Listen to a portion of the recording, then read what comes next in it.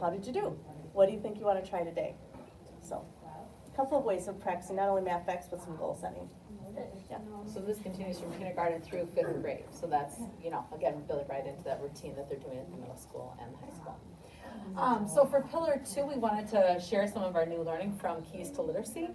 These were 3 of our different main area, or the facilitated sessions that we had since September. So Liz is going to kick us off with fluency. Fluency is the bridge connecting word recognition and comprehension, and that encompasses automaticity, which is accuracy, rate, and prosody. And in the winter, one of the probes for AIMSWAG was the oral reading fluency. So this over here is what kindergarten had to complete. They had to, in 1 minute, had to read, what was it, 35? Yep. 35 of these letters in a minute, and then they had to read 35 again. 31, I think. 31 Yeah. of the letters in a minute. First grade had to read this passage and get to at least 35 again. And then second grade was 60 in a minute. Kind of see what the different practices that they had to do for that. So another area that we were focusing on or learning about was vocabulary, and that really is a way to predict academic success. Vocabulary instruction is directly linked to comprehension. And so one of the routines that they taught us about using was this idea of previewing unfamiliar words to kind of activate their prior knowledge for kids, making connections, so seeing if kids know the words, asking them thumbs up, thumbs down if they've heard some of those different vocabulary words, selecting some words to teach in depth, those tier 2 words, so really being explicit on maybe 3 or 4 words before you start a story to help the kids learn that new vocabulary. And then teach them strategies to learn those words. So when you're reading or independently, giving them ideas about how do you actually figure out those words if you're reading something. And then just promote that word consciousness. We want kids to be excited about words. And so I've highlighted this, I think, in my board report before, but we have a word of the week. And so each day there's a different area of focus. So there'll be the word, the definition. I'll break it apart into syllables and tell them antonyms, synonyms, and then also give them a sentence with a picture to help them. So just again, trying to instill that love of new vocabulary. Another thing we're working on is just, we really worked on this past week in our Act 20 training as well that we had on Friday, right? Yep. Friday, Yep. yep, Yep, okay. that's Friday. And so it's the sentence structure, just like the syntax study and understanding of grammar. So looking at those parts and using all those different parts to put it together to understand what the words mean. Syntactic awareness, the ability to monitor relationships among words in a sentence in order to understand while reading. So that's a mouthful in itself. But just that you're building on that then, like you're not just reading the sentence, you're able to go back and talk about what it was about and be able to understand the different words in there. Text structure is just how you analyze how specific sentences, paragraphs, larger portions of text relate to each other and the whole. So there again, just kind of like if you're reading about whales, you know, like the different parts that you can go back and learn about that. Some of the great activities, these were really fun that we got to do on Friday. Sometimes the training's fun, but I mean all of them.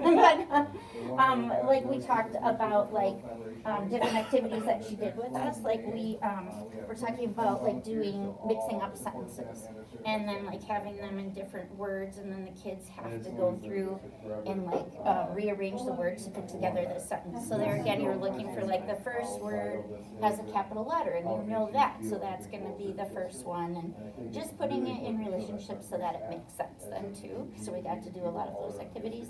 This was a really fun one. I'm just talking about like how we can really beef up our sentences when we're working with kids. So she gave us a sentence the teacher eats, and then we all had to like fill in where the teacher eats, what the teacher eats, and why. So there were really some good sentences about the teacher hiding under her desk eating chocolate because she was stressed and things like that. So that was a really fun one that we did, but just all those things to help the kids in their understanding. So a lot of the training is just informational knowledge about best practice and skills, but then strategies that we can take and apply with our kids as we move forward. And Pillar 4, Val's going to share about that. For Pillar 4, we looking for ideas to help with staff engagement and get us through the dreary winter. We decided to do a plant share on Friday during our professional development day. And so people could bring plant clippings, and we had tables, and people brought them in, took them home. So it's fun seeing how people are putting their plants together. And we have plants here for you guys. Oh. So you're welcome to take one. Because everybody needs a little greenhouse there. Any questions that you have? Much of what you described was sounded incredibly engaging for students. It's not just here, do this. These are fun ways to do this, and that's what I heard over and over again. It's very encouraging because kids want to be engaged. Yeah, whether it's from the math and doing the Yes. math facts, it could be something that's just this straight memorization, like, no, it's Right. making it engaging, and especially it's interesting, as we've talked about, as kids are setting their goals, how motivating that is as well, to see Right. them making that progress, versus just something, you know, And that's, taking yeah. control of their Yeah. own learning. Absolutely, absolutely, Yeah. so. Awesome, Thank you. good job. So please Take take my a plan. plans. Yes, go ahead, take them. I guess I better get it before everyone I think, else. first of all, welcome. I'll just talk a little bit, but this crew will take care of most of it. But I want to just remind you at the top a little bit about who we are, what we do. So LESOSC is a student-centered 3rd to 5th grade school with highly effective educators who value people, conversations, and growth. We focus on developing positive relationships because people matter. The work we do is important, but not more important than the students we teach and the families we serve. So we chose two pillars, these two pillars to share with you, Pillar 3 and Pillar 4. And so I will let them take it away. Mr. McNeil. All right, innovative communication, connection, Pillar 3, and it really connects with what Mr. Bryan had talked about with having parents coming in, during those parent-teacher conferences, that homeschool connection that we really focus on and pride ourselves on.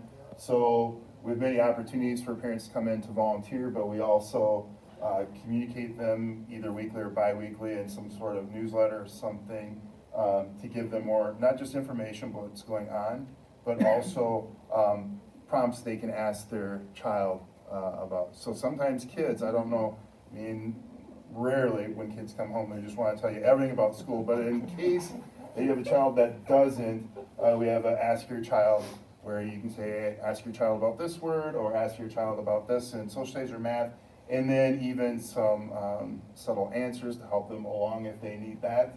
But we're always looking for new ways to connect with our families as their schedules are busy and we're covering so much great things in school.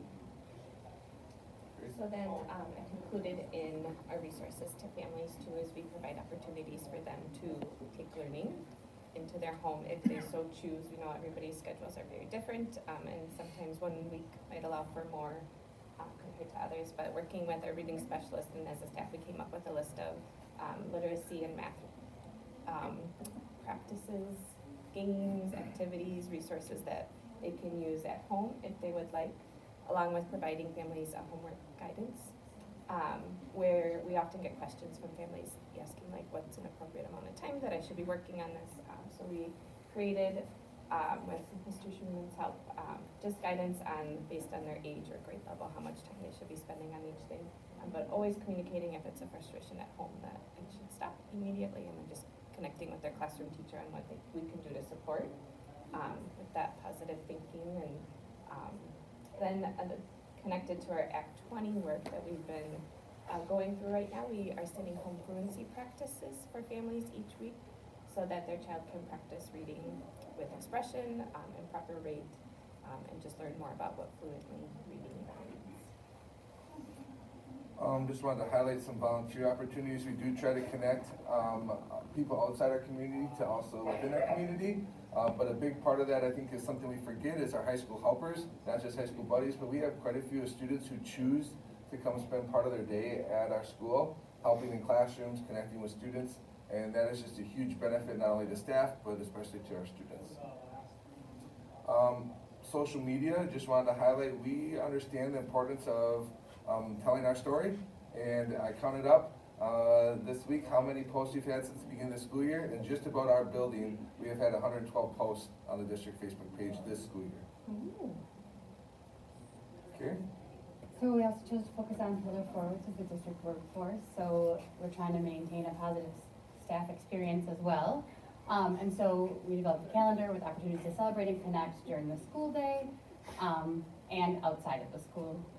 So some of the ways that we have done that this year, is a beach-themed lunch time for all of our staff. Real sand in that pool, and there was beach sounds. We all got to enjoy some themed mocktails. And then also some other highlights were just monthly gatherings. We have all-school recess where support staff supports all the kids one day, and so that all the certified staff can have lunch together, and then we switch it up, and then later we have volunteers come in, and then everybody can have lunch together. We're all going to go bowling. March. All In the staff March? is going bowling? Well, they're all invited. Okay. Yeah. As well as our kindness calendar that Eric had mentioned before, and we have Staff Appreciation Week.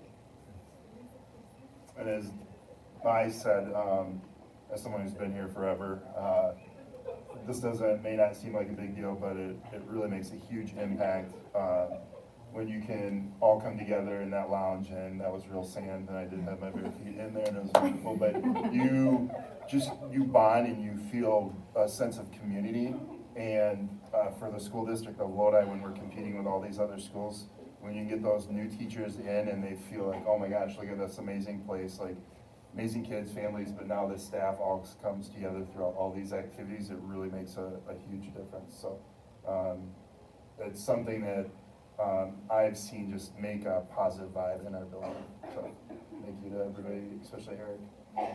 This one is from this February team, and they chose to take pictures of all of us and then ask us something that we enjoy besides school. And so, so they put that in there so we can get to know each other a little bit more. But also, then some people didn't write things, so we could kind of write things for people.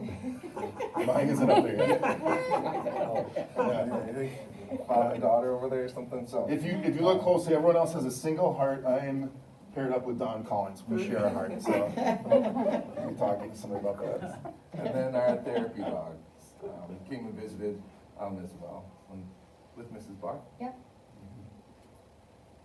Any questions for us? Went over a couple things kind of quick, but wanted to make sure we had a chance to get through it and have some time for questions. Under your highlights section, Yeah. can you be a little more specific? I'm just curious about, what does monthly gatherings mean? Yeah, so our monthly gatherings, we have always had those, but what happened was, it was just us in the office, kind of trying to think of what they should be. And then we'd invite everyone to be part of that, and those were fun, and it worked okay.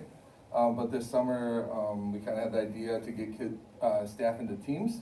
And so we have every month covered by teams, and we don't tell them what to do. So they get to choose how they want to do that. Some people choose to do a gathering in the lounge and decorate it. Some people choose to, like there was a snack cart, they came and visited. So it's everybody's own choice how they do that, their teams. And then the nice part of this is you only have 1 month that you're really responsible for, setting up and cleaning up. Where before it was kind of like, well, am I part of this? Is it my job? Should I bring something or not? So that's been really neat. All school recess, we have those every Thursday before collaboration days. And so that's a chance for our 3rd, 4th, and 5th graders to get time together. And then the other nice part, like Carrie had mentioned, is the first one, the support staff cover that recess, and so the certified staff get to spend lunch together. And then the second one, the certified staff cover and the support staff get to spend lunch together. And then this most recent one, the support staff covered. And then at the end of the year, we have volunteers come and all the certified and support staff get to have lunch together. Kindness calendar is kind of what I highlighted as well. Staff Appreciation Week is just a time that really myself and Deanne and Kathy in the office, along with the PTO, help us make that week special for our staff. This family first mindset is, I think in education, it's a lot easier, well, maybe in any job, but in education for sure, it's a lot easier to be there than to be gone. And at the same time, we know that we can't be our best if we don't know that the people who we care the most about are cared for. And so we have this mindset that we know that if you need to take care of your family, that's what happens first. You don't need to feel bad about that, because then when you're here, you can be your best. And then bowling is something we're doing in March 14th. Anything that can be done to keep staff happy and to keep staff here and to keep staff excited about what they're doing. It's huge. Okay. fantastic. Yep. As, you know, as a board member, we're tasked with, what can we do with pay raises and things like that. It's good to understand that there's a lot more out there to engage people and hopefully make them happy here in Lodi and keep them here. Yeah, I agree. I think if you, at least for me, I always learned that the months of December and February were extra maybe challenging. So those are definitely months that we have plans in place to help you do your best. So, all right. Thank you. I think Mr. Brennick says time to switch. Thank you. Lisa Valencia and Scott Bilsey are our board members. You guys know Mo Palmer, who runs our district, and then Tyler's going to do some videotaping here. I'll let you guys introduce them, our teach staff introduce themselves, and then they will take over. I'm Ashley Bronson. I teach middle school band. Elise Herney, instructional coach at the middle school and high school. Patty Heinzman, 8th grade language arts. And we're here to represent the middle school. So this is our motto this year, work hard, be kind. So we want to make sure that we started with that. And we're going to talk about Pillar 1 and then Pillar 2. So Pillar 1, preparing for the future. One of the goals under that has to do with reading. And so anytime we do PD or anything that has to do with reading, this is a slide I put up. It's a reminder of our goal for the year that's measured, as well as the unmeasured goals that we have for our students, so that we're always sort of centered and focused on those outcomes. And then the other thing that I always remind staff of is that when we talk about addressing reading, it's not isolated to one teacher or one class within the building. It happens in all of these areas. All of these impact reading growth for our students. And Patty and I have been here a couple of times and presented on, I think, every single one of these, but the one that's brand new is that we have a new middle school language arts curriculum called My Perspectives. I'm going to talk really quickly about how we got here. About 3 summers ago, we had some reflection to do on where we were at as a middle school ELA department. We had some staff turnover, and it was a good time to really just reflect about how we wanted to move forward. We brought in a rep from CISA to help us do that, and eventually landed on deciding that we needed to explore some curriculums. So we spent 2 years piloting 3 different curriculums. A huge shout out to our staff, our LA teachers who went through that process, because to learn and navigate 3 different curriculums over the course of 2 years is really challenging, and they just did it. And then spring of last year, we landed on recommending My Perspectives to the board, and it was approved. I included a list of reasons why, which I've reported to the board a couple of times, so I'm not going to share them again here, but they're there. And then here we are. This year is our first full year of the program, and really the whole goal is just become familiar with the content. And so we've chosen a few areas of focus: narrative, argumentative, and informational units. And just really proud of the crew for all the collaboration that's happening. Our 6-8 team meets every 2 weeks, and each grade level team meets every week to collaborate around what's next for our kiddos. Patty's going to share a little bit about it. So I'm just going to go through the structure of the curriculums and how it works for each unit. So we have a workbook that also is paired with a digital platform. In that digital platform, we have audio for all the different texts. Some of the assessments we also have on the digital platform for kids. And then each unit has an essential question, and there's a couple examples right there. The first one, what are some milestones on the path to growing up, is actually an 8th grade unit. Rites of Passage it's called, or is the title of it. And so we always come back to that question after we read a piece of literature or an article or whatever it may be, because we kind of, it has a lot of different, it has a lot of diverse types of genres within each unit. And we talk about what did you learn from this piece about growing up, and have those discussions. And then within that unit, we start with a mentor text to get things going. And then the first part of every unit is whole class instruction, which is myself and other LA teachers were facilitating that particular piece. And then that leads into, and as like Elise said, we're still kind of figuring everything out and how it can flow. But for peer group, that's definitely a work in progress, trying to figure out how 6th, 7th, and 8th graders can just go off and work in a group. And then eventually get into that autonomy of doing some independent work on their own. And then there's a unit test at the end of each unit, and then they always have a couple different performance tasks, and it's always gonna be a big piece of writing. So in the slide before, our focus was personal narrative for our first unit, then we did informational, and now we're on to argumentative. And then within that, other activities that are embedded, talking about the different genres, vocabulary work, annotating, and then other comprehension checks is what I call them, and various exit tickets and other activities. So, and each unit is set up the same way for 6th, 7th, and 8th. So we're all doing the same structure, just different material.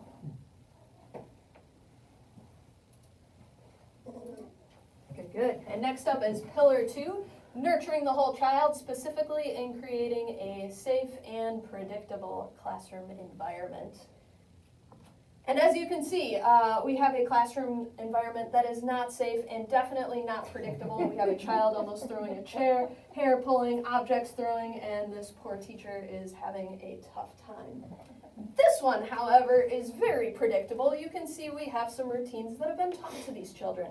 They know how to sit in a circle, and not only are they sitting in that circle, but they are all sitting the same way.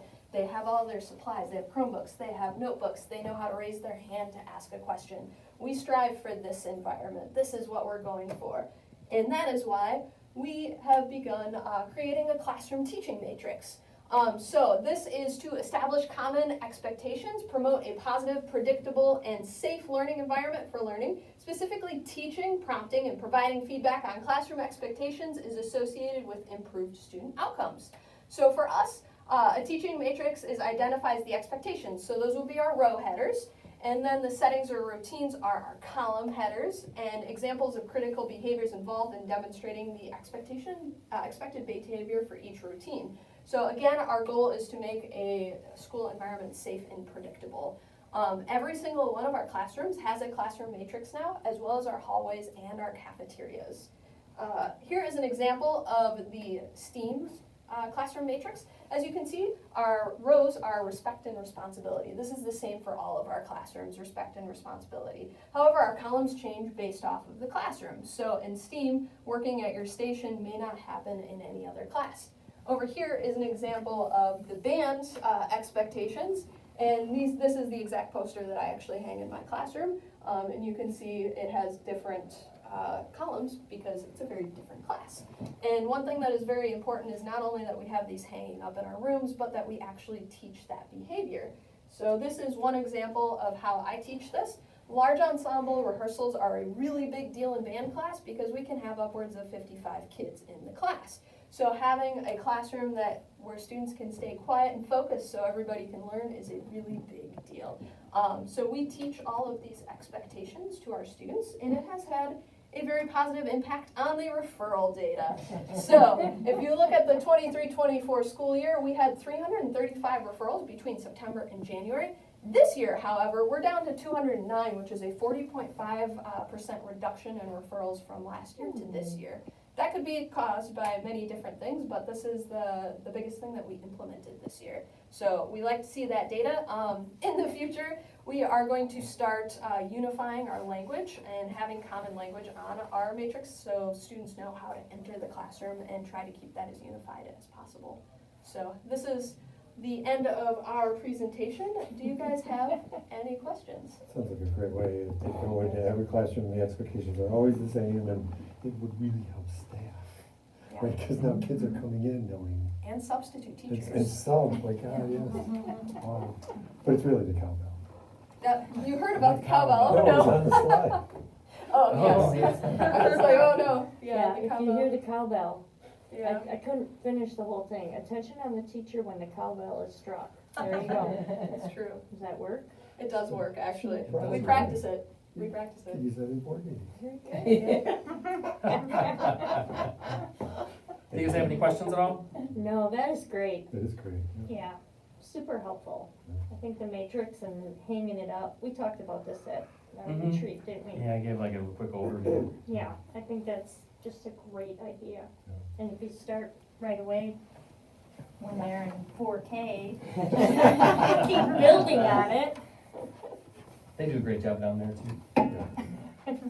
All right, you. Joe Duncan, the principal at high school. Thank you, Fassbender, social studies teacher. Okay, so we are going to talk about Lodi High School and the strategic plan. We're going to talk about pillars 1 and 2, setting the table for success.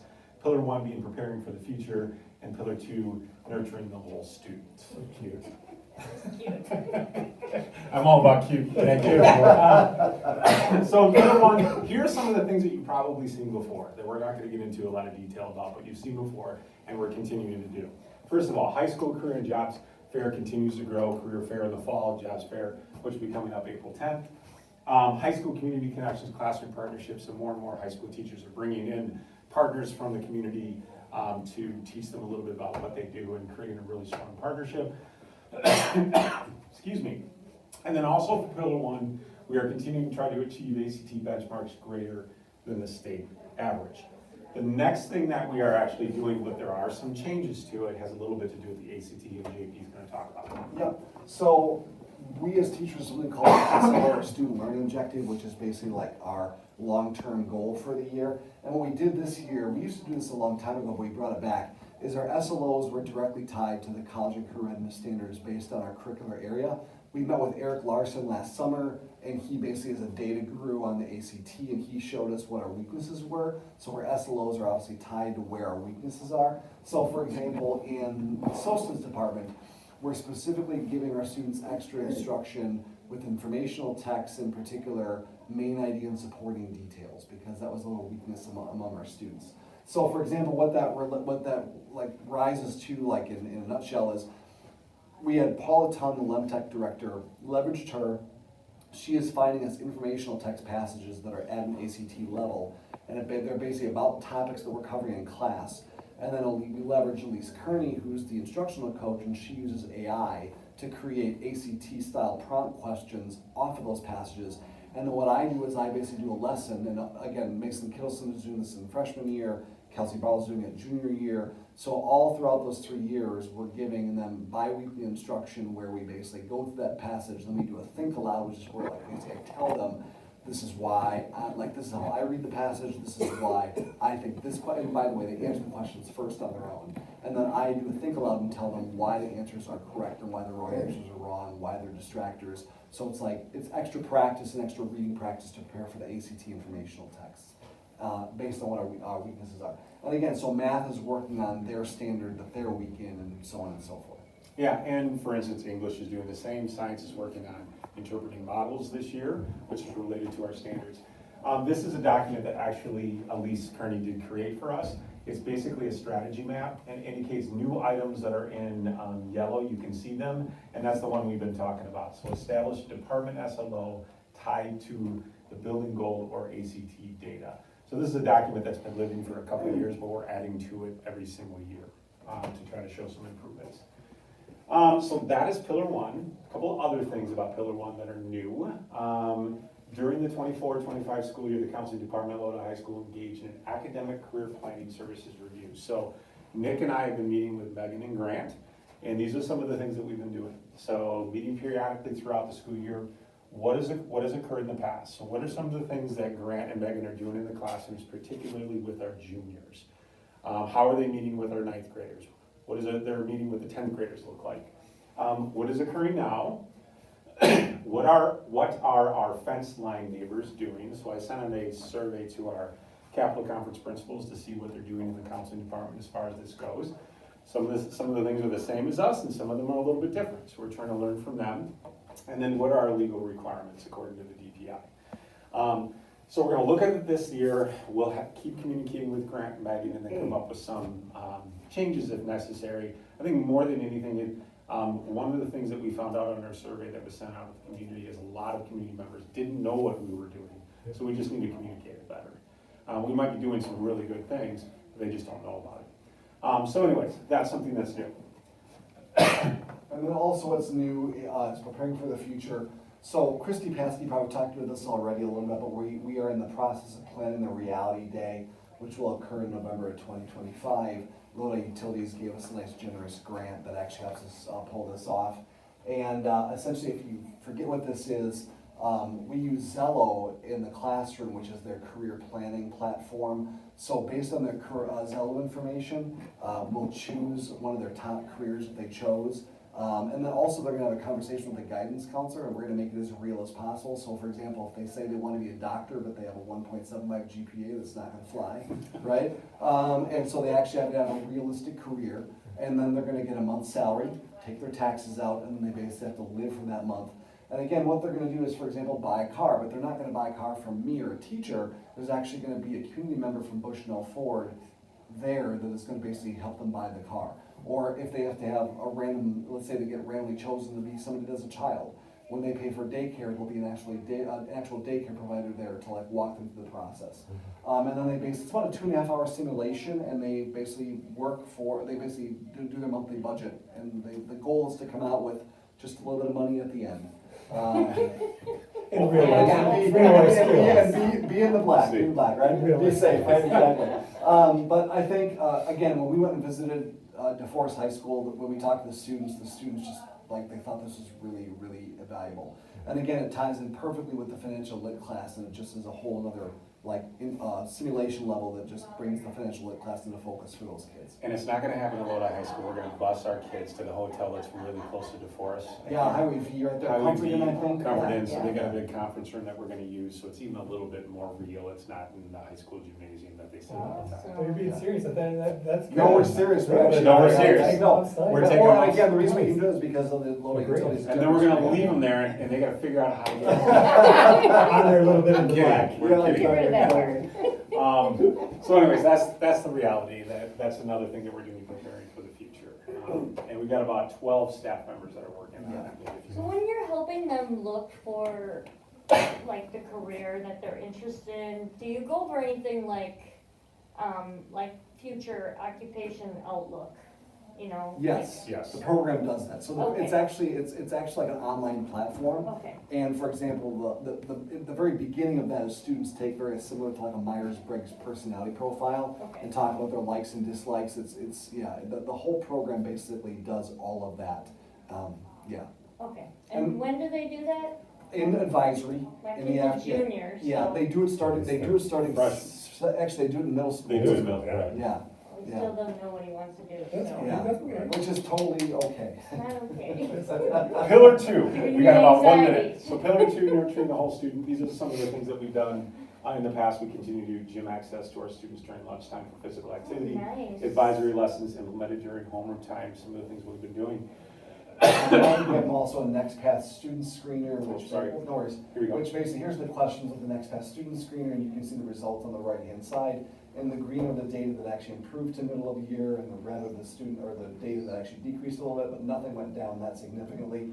Bottom line is, you can see if you look at the questions, and if you look at the students answering in the affirmative, it's a pretty safe school, and the students feel pretty positive about the culture and climate of the school. Extremely high. Yes, so Yeah. Adria talked about the NextPath screener Yeah. with you guys, and then our teachers actually take the screener, they screen their second block A-Day kids, I think it's A-Day. Yeah. Second block A-Day kids.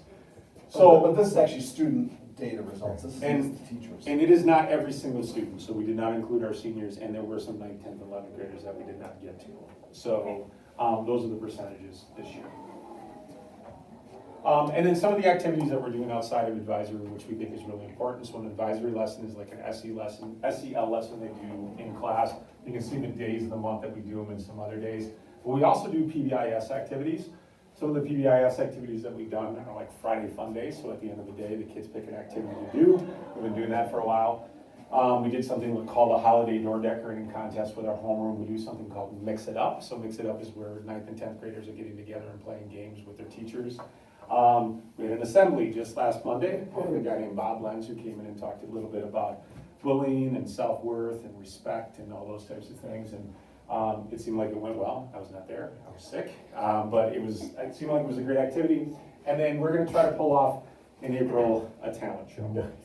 So we'll see how that goes. And we got a ton of talent in our school that I think some kids don't even know we have, plus some other kids that are not involved in like chorus and band and things like that that could get up there and share their talent with our student body. And off the wall. Yes. Which is the best part. And there will be a staff band. Nice. No, I don't know. Yes, cool. We'll see. We'll see. Any questions that you guys have? Tail show in the evening so the community can show up. Yeah. Serious? We'll see. Let's one step at a time. One step at a time. Thanks, guys.